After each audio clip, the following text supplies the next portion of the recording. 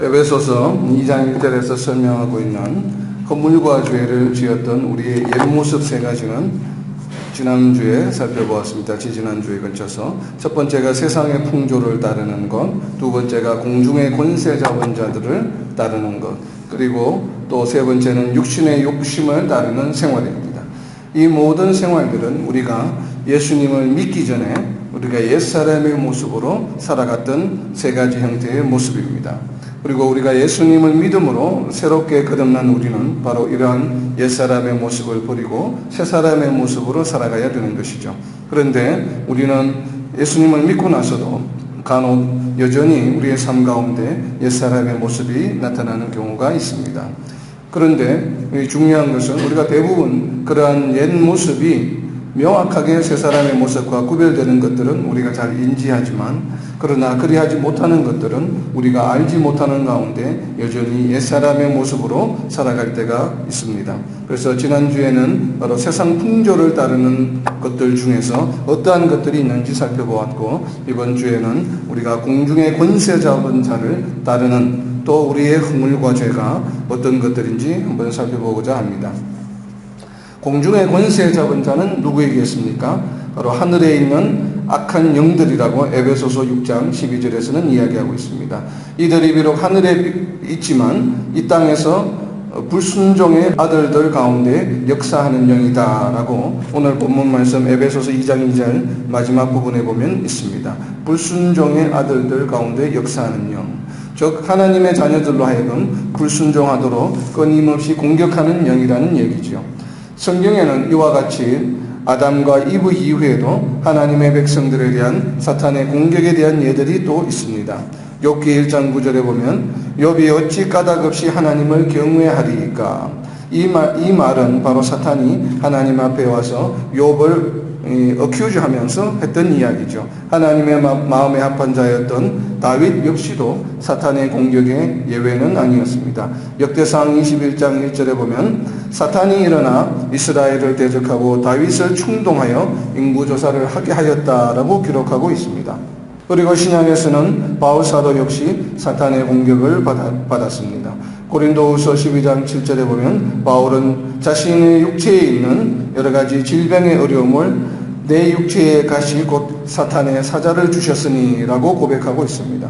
바울은 육체의 고난을 자신을 교만하지 않게 하시려고 사탄의 사자를 주셨다고 고백하고 있습니다. 사탄은 심지어 예수님을 공격하기도 했습니다. 복음서에 보면 예수님이 광야에서 40일 동안 금식 기도하실 때 사탄이 예수님을 공격하였죠. 그렇지만 예수님은 말씀으로 그 사탄의 공격을 물리쳤습니다.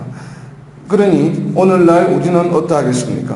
호시탐탐 우리를 노리고 있음을 계시록 12장 10절에 보면 알 수 있습니다. 계시록 12장 10절에 보면 하나님 앞에서 밤낮 참소하던 자가 쫓겨났고 할 때 바로 이 하나님 앞에서 밤낮 참소하던 자가 바로 공중의 권세 잡은 자이죠. 이들은 오늘날에도 우리가 밤낮으로 바로 우리 성도들을 위해 참소하기 위해서 늘 기회를 엿보고 있습니다. 그런데 왜 하나님의 자녀들이 사탄에 이끌려 불순종의 길을 가게 될까요? 그것은 사탄이 너무나도 교묘하게 공격하기 때문입니다. 먼저 사탄은 마치 자기가 천사인 것처럼 가장합니다. 고린도후서 11장 14절에 보면 사탄도 자기를 광명의 천사로 가장한다라고 되어 있습니다. 사탄의 모습으로 나타나는 것이 아니라 마치 이 밝은 천지에 있는 천사인 것처럼 이렇게 가장하고 우리의 곁에 다가오기 때문입니다. 그리고 고린도후서 이어서 11장 15절에 보면 사탄의 일꾼들도 사탄과 함께 일하는 그 일꾼들도 자기를 의의 일꾼으로 가장하는 것이 대단한 일이 아니다라고 표현하고 있습니다. 우리에게 마치 의의 일, 의로운 일, 교회의 일, 여러 가지 사역의 일을 하는 것처럼 또 가장해서 우리에게 다가오기도 합니다. 사탄은 이와 같이 아주 교묘하게 우리에게 위장한 모습으로 접근해서 우리를 공격하기 때문에 우리는 인지하기가 쉽지가 않습니다. 그렇지만 우리가 사탄의 권세 아래 있을 때 일어나는 여러 가지 특징이 있습니다. 그래서 우리가 정말 이러한 현상, 우리 생활 가운데 이러한 특징이 나타난다고 한다면 내가 지금 사탄의 권세 아래 있구나, 내가 지금 사탄의 공격을 받고 있구나 라고 하는 것을 우리는 빨리 인지해야만 합니다. 그 첫 번째가 어떤 것이냐면 여러 가지 이 사탄의 권세 아래 있을 때 일어나는 특징들, 현상들이 많이 있지만 오늘은 특별히 4가지만 살펴보기로 합니다. 우선 먼저 그 첫 번째 보면 마가복음 8장 33절에 있습니다. 마가복음 8장 33절에 보면 하나님의 일을 생각하지 않고 도리어 사람의 일을 생각한다라고 예수님께서 바로 베드로에게 하신 말씀입니다. 예수님이 자신의 죽으심과 부활에 대하여 설명을 하자 베드로는 바로 예수님이 죽으실 수 없음을 강력하게 주장하였습니다. 이렇게 항변하는 베드로를 보시고 예수님께서 하신 말씀입니다. 베드로는 어떤 것을 보았습니까? 예수님께서 이 땅에 오신 목적이 바로 무엇인가 하면 이 십자가에서 죽으시고 부활하심으로 이 모든 사람들에게 바로 구원의 길을 열어주시는 일인데 베드로는 이 하나님의 사역, 예수님의 사역을 바라보지 못하고 그만 자신의 눈앞에 있는 예수님의 어떤 자기의 개인적인 스승으로서 또 따르는 지도자로서 이 땅에서 죽으신다고 하는 그 사실 자체에만 초점을 맞추었습니다. 그러다 보니까 예수님이 십자가에 죽으신다고 하는 것을 부인했죠. 그리고 항변하였습니다. 그래서 이를 보시고 예수님께서 하신 말씀입니다. 하나님의 일을 생각하지 않고 도리어 사람의 일을 생각하는구나. 우리가 하나님의 사역을 함에 있어서 자꾸만 사람의 욕심이 개입하려고 하는 경우가 있습니다. 이것이 바로 사탄의 공격입니다. 우리가 열심으로 사역을 하고 또 열심으로 선교도 하고 열심으로 복음 전도도 하고 열심으로 교회에 헌신하고 봉사하지만 그러한 가운데서도 자꾸 자신의 이름을 나타내고자 하고 자꾸 사람의 욕심이 개입된다고 한다면 이것은 사탄의 공격 아래 사탄의 권세 아래에 있음을 우리는 적시로 인지해야만 합니다. 그리고 우리가 성도들 가운데 우리가 알지 못하는 가운데 또 사탄의 권세 아래에 있게 되는 대표적인 경우 중에 하나가 바로 다른 교회에서 잘 섬기고 있는 우리 성도들을 우리 교회로 인도하려고 하는 그러한 모습들입니다.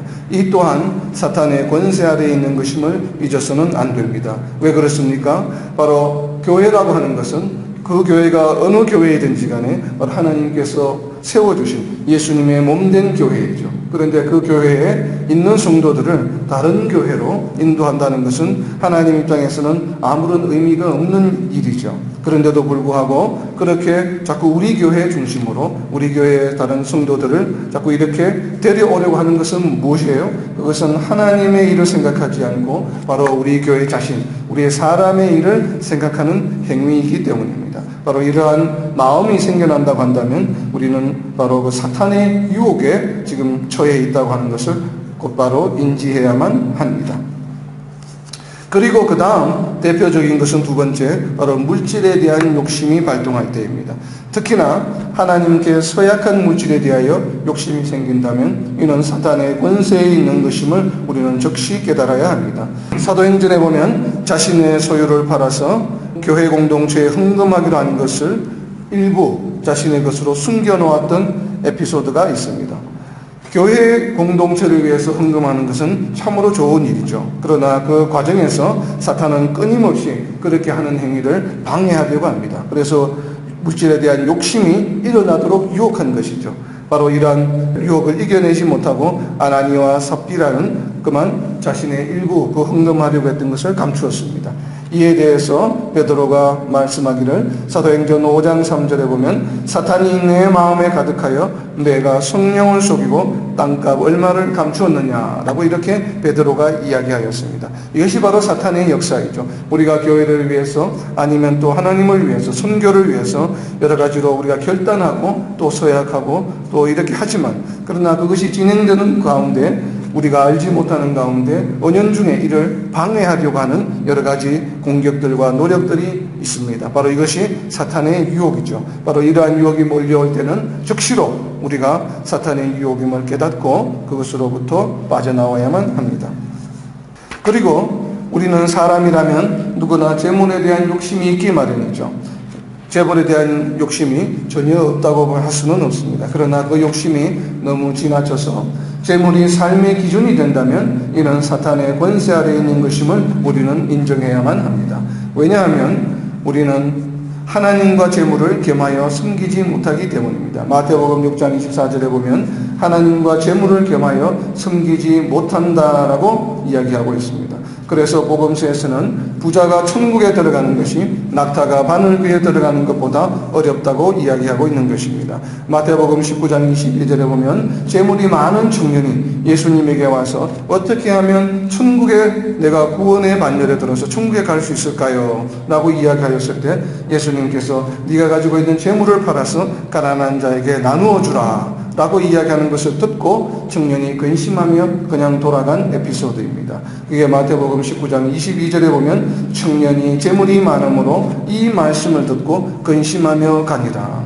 바로 이와 같이 우리는 이 땅에 있는 물질에 대한 욕심을 버리기가 쉽지 않습니다. 그리고 더 어려운 것은 물질이 많으면 많을수록 그 물질에 대한 욕심을 버리기가 더 어렵죠. 바로 그렇기 때문에 우리는 물질에 대한 욕심이 전혀 없을 수는 없지만 그러나 이 물질에 대한 어떠한 욕심이 우리의 삶의 기준이 되고 삶의 최우선순위가 되어서는 안 되겠습니다. 절대로 하나님의 백성들은 하나님의 자녀들은 하나님과 재물을 겸하여 섬길 수 없기 때문입니다. 바로 마태복음 6장 24절에서 강조하고 있죠. 그런데 지금까지 이와 같이 일반적으로 우리는 물질에 대한 이러한 가치관을 우리가 잘 이해하고 있습니다. 그런데 한 발 더 나아가서 우리는 성도의 삶 가운데 우리가 언제 물질에 대한 욕심이 우리 자신에게 있고 또 사탄의 권세 아래에 있다고 하는 것을 우리가 깨달아야 하느냐 하면 바로 이러한 경우입니다. 요한일서 3장 17절에 보면 형제의 궁핍함을 보고도 도와줄 마음을 닫으면 하나님의 사랑이 어찌 그 속에 거하겠느냐. 우리가 물질이 있는데도 불구하고 물질을 가지고 있으면서도 형제의 궁핍함을 보고도 도와줄 마음을 가지지 않는다면 우리는 사탄의 권세 아래에 있다고 하는 것을 인지해야만 합니다. 참 이것은 우리에게 상당히 도전이 되는 내용입니다. 모든 성도들이 가지고 있는 어떻게 보면 많은 성도들이 이러한 도전을 가지겠죠. 우리가 물질을 가지고 있으면서도 형제의 궁핍함을 보고도 그냥 지나친다면 도와줄 마음을 가지고 있지 않다면 요한 사도는 분명히 그 속에 사랑이 없다라고 이야기하고 있습니다. 사랑이 없다고 하는 것은 요한일서에 보면 사랑이 없다는 것은 여전히 너희가 사망에 거하고 있다라고 주장하고 있죠. 이와 같이 우리는 정말 물질이 있다면 궁핍한 우리 형제들을 바라보았을 때 도와줄 마음을 가져야만 합니다. 그렇지 않다면 우리는 지금 사탄의 권세 아래에 있다고 하는 것을 인정해야만 합니다. 그러면 우리는 어떻게 해야 되겠습니까? 우리는 구원받은 성도로서 재물에 소망을 두지 말아야 합니다. 디모데전서 6장 17절에 보면 재물에 소망을 두지 말아야 한다고 권면하고 있습니다. 재물에 소망을 두지 말고 그럼 어디에 소망을 두어야 할까요? 디모데전서 6장 17절의 후반부에 보면 오직 우리에게 모든 것을 후히 주사 누리게 하시는 하나님께 소망을 두라라고 바울사도는 권면하고 있습니다. 우리는 물질에 소망을 두는 것이 아니라 하나님께 소망을 두어야만 합니다. 그 다음 사탄의 권세 아래에 있음을 알 수 있는 또 다른 특징은 바로 세 번째, 세상의 쾌락을 추구하는 경우입니다. 사람이라면 누구나 즐거움을 추구하기 마련입니다. 그러나 그 정도가 지나쳐서 하나님보다 더 쾌락을 추구한다면 이는 분명히 사탄의 권세 아래에 있다라고 하는 것을 우리는 인지해야만 합니다. 디모데후서 3장 4절에 보면 쾌락을 사랑하기를 하나님 사랑하는 것보다 더하며 바로 이러한 자들은 하나님의 말씀을 듣지 않게 됩니다.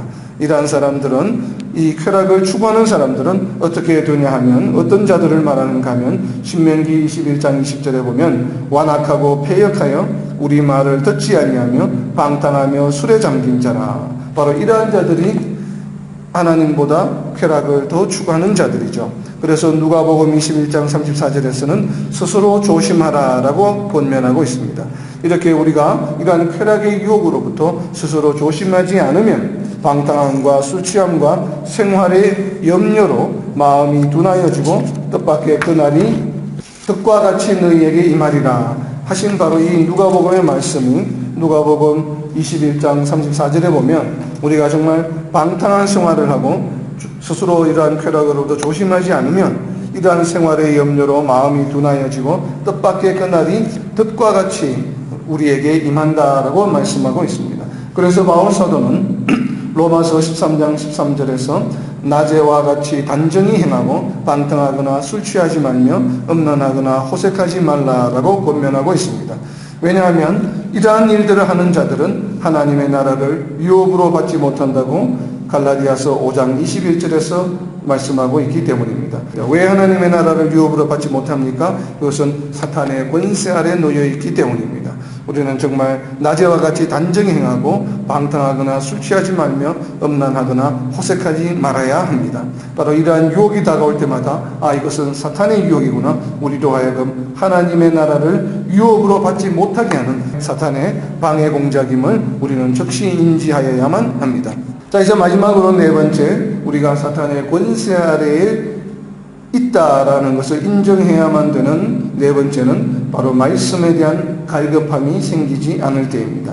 이 말씀에 대한 현상은 오히려 지금까지 살펴본 물질이나 쾌락보다도 더 어려운 내용입니다.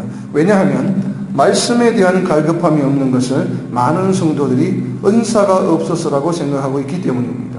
우리가 물질이나 쾌락은 너무나도 기준이 명확합니다. 물질을 쫓는 삶이라든지 쾌락을 추구하는 삶은 당연히 누구나 다 이것은 하나님의 말씀과 대적하는 것이구나 라는 것을 누구나 다 알고 있는데, 특히 이 말씀에 대하여서는 말씀에 대한 갈급함이 없는데도 불구하고 우리는 단순히 그냥 말씀에 은사가 없어서, 내가 집중력이 떨어졌어, 이렇게 그냥 그 핑계를 대면서 말씀에 갈급함이 없는 것을 그냥 대수롭지 않게 여기는 경우가 너무나도 많습니다.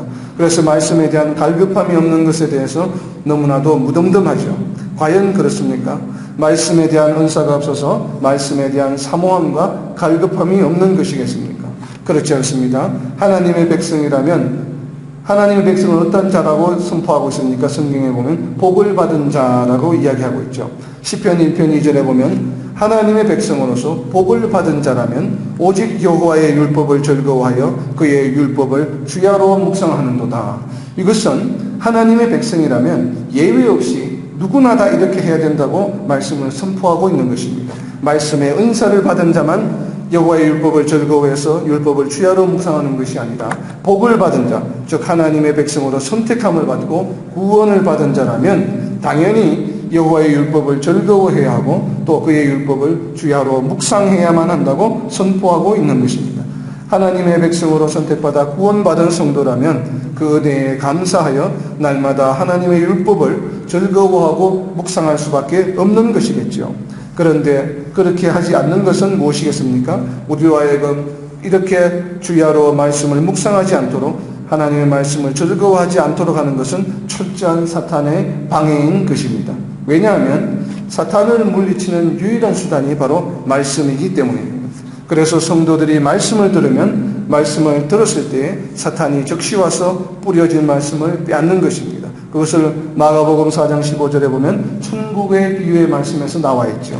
이 갖가지 밭에 떨어진 씨뿌림에 대한 비유에 보면 하나님의 말씀을 들었을 때 사탄이 즉시 와서 뿌려진 말씀을 빼앗는다라고 되어 있습니다. 이렇게 우리가 말씀을 들었을 때, 말씀의 은혜를 받고자 할 때, 또 말씀의 은혜를 받은 후에 그것이 지속되지 아니하고 즉시 그 말씀의 은혜가 사라지게 하는 것은 바로 사탄의 공격입니다. 왜냐하면 그 말씀이 사탄으로부터 우리를 지켜주시고 또 그 말씀이 사탄으로의 공격이나 시험으로부터 우리를 구해주고 또 이겨낼 수 있는 힘을 우리에게 주시기 때문입니다. 지금 내가 말씀에 대한 갈급함이 없다면, 말씀을 읽기만 한다면 졸립고, 또 그리고 말씀을 들어도 은혜가 되지 않는다면 나는 지금 말씀을 가까이 하려는 나를 방해하는 사탄의 권세 아래 있음을 인지해야 합니다.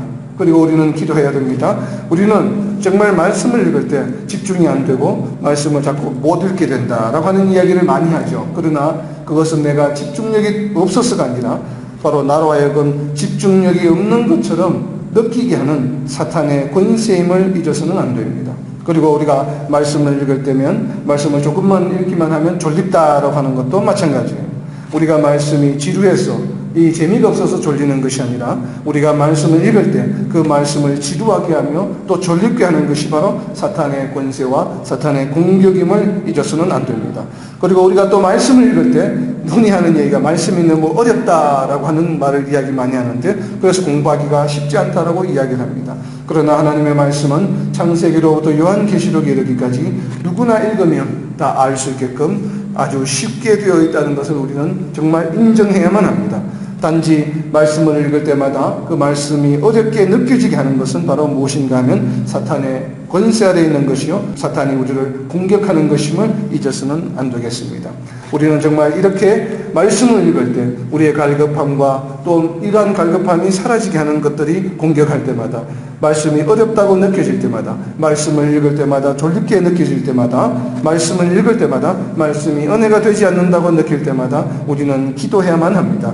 바로 누가복음 24장 45절에 있는 말씀을 붙들고 우리가 기도해야 되겠죠. 누가복음 24장 45절에 보면 마음을 열어 성경을 깨닫게 해주시옵소서. 우리가 정말 하나님의 말씀이 어렵게 느껴질 때, 하나님의 말씀이 지루하게 느껴질 때, 하나님의 말씀이 은혜가 잘 느껴지지 않을 때 우리는 이 말씀을 붙들고 정말 기도해야 됩니다. 마음을 열어 성경을 깨닫게 해주시옵소서. 이 말씀 붙들고 기도할 때에 하나님께서는 우리에게 응답하여 주셔서 어떠한 말씀이라도 아무리 어렵다고 느껴지는 구약의 말씀이라도 다 이해할 수 있게 우리에게 그 말씀을 풀어주시고 또 그 말씀으로 인하여 우리가 감동받게 해주시며 그 말씀으로 인하여 우리의 삶이 생활이 변화되도록 인도하여 주신다고 하는 것을 우리는 잊어서는 안 되겠습니다. 그래서 결국 우리가 어떤 말씀을 읽든지 간에 그 말씀이 꿀송이와 같이 달게 해주시는 역사가 일어날 줄로 믿습니다. 바로 에스겔서 3장 3절에 있는 말씀이 꿀송이와 같이 달게 해주시는 역사가 우리가 기도할 때 정말 마음을 열어 성경을 깨닫게 해달라고 간절히 기도하며 나아가며 주의 말씀을 붙들고 우리가 실험할 때에 하나님께서는 그것을 보시고 우리에게 응답하여 주셔서 읽는 모든 말씀이 정말 꿀송이와 같이 달게 해주는 역사가 일어날 줄로 믿습니다. 우리는 정말 이렇게 기도하며 우리가 복받은 자로서 시편 기자의 말씀처럼 주야로 말씀을 묵상하여야만 합니다. 혹여나 말씀의 은사가 없어서라는 생각을 가지고 있다면 즉시 그 마음을 버리고 우리는 말씀으로 돌아와야만 합니다. 말씀을 어렵다라고 느껴진다면 이 또한 사탄의 권세 아래 있는 것임을 정말 우리는 명심해야만 합니다. 말씀은 그 자체로 생명력이 있기 때문에 성령께서 마음을 열어주시면 누구나 말씀을 묵상할 수 있기 때문입니다. 말씀은 주어진 몇몇 사람에게만, 지혜로운 사람에게만, 공부를 많이 한 사람에게만 주어진 말씀이 아니라 이 땅에서 하나님을 알기를 소망하고 주의 백성으로 또 선택함을 받았고 하나님의 백성임을 또 인정하며 또 회개하며 주님 앞으로 나오는 모든 이들에게 열려있는 말씀이기 때문입니다. 말씀을 맺습니다. 구원받은 성도들은 항상 사탄의 공격의 대상이 됩니다.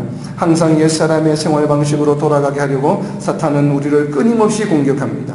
이것이 바로 우리가 영적 전쟁 가운데 있는 것입니다. 우리가 이 영적 전쟁 가운데 사탄의 권세를 이겨내는 방법은 오직 예수님께서 광야에서 친히 보여주신 것처럼 오직 말씀으로만 가능합니다. 바울 사도는 이를 우리로 하여금 성령의 전신갑주를 입고 또 말씀의 금을 들고 사탄과 맞서 싸우라고 이야기하고 있습니다. 이와 같이 우리가 말씀의 금을 가지고 날마다 영적 전쟁에서 승리하는 삶을 살아가는 저와 여러분이 되시기를 예수님의 이름으로 선포합니다.